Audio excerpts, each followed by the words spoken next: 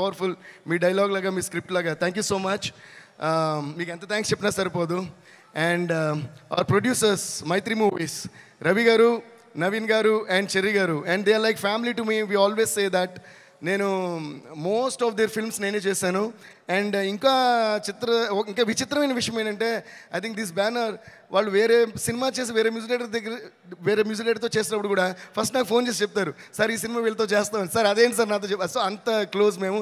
Ravi sir thank you sir, Naveen sir thank you, cherry sir thank you for you guys have the biggest patience. And ఈరోజు ఈ పుష్ప 1 కానీ పుష్ప 2 కానీ ఈ రేంజ్లో world లెవెల్లో ఉందంటే అల్లు అరవింద్ అంకుల్ చెప్పినట్టు, అంటే right from the horse's mouth, Allu Aravind గారే బ్రాండ్ వేశారంటే మైత్రి అనే బ్రాండ్ ఇంకెంత పెద్ద బ్రాండ్ మీరే ఆలోచించండి.